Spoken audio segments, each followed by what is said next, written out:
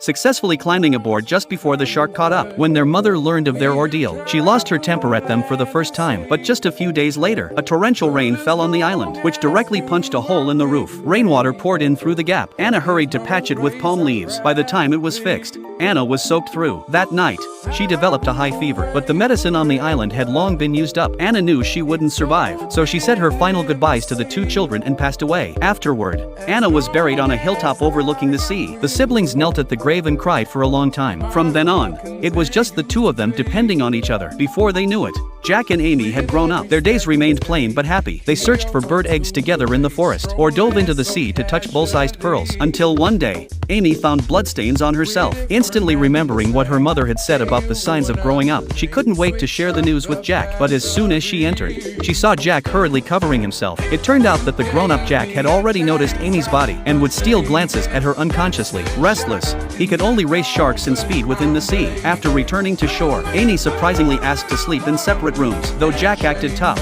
his heart ached deeply. He turned and ran to the other side of the island, only to stumble right into a cannibal sacrificial ritual. He dared not move while hiding in the bushes, and only rushed back after the ceremony ended. Meanwhile, Amy, seeing Jack hadn't returned home, searched everywhere anxiously. Seeing Jack's disheveled state, Amy finally broke down crying. At that moment, Amy knew she could never live without Jack. Not long after, they held a simple wedding on the beach. The determination in their eyes was more touching than any words. One day, as the couple wove fishing nets by the sea, Lisa suddenly stood up excitedly. Jack looked in the direction she was pointing and saw a sailing ship appear on the calm horizon. They finally had a chance to leave this deserted island. The couple rushed to the signal bonfire they had prepared earlier, but just as Jack was about to light it, Amy suddenly pressed his hand. She cautiously told Jack to check with the telescope first. Jack saw several burly men approaching in a small boat, each holding a gun in their hands. Jack handed the telescope to Amy. Amy noticed an elegantly poised girl sitting in the boat. They didn't seem like bad people, so they ran down the hillside in a hurry. By this time, the people from the ship had already landed. The captain leading them was startled by their wild appearance. A sailor behind him immediately raised his gun, but Jack's fluent common tongue left the captain stunned. Before he could react, they saw Amy perform an elegant curtsy. This jarring contrast left the captain speechless for a long time. It took him a while to introduce himself and ask if they could land on the island. After getting permission,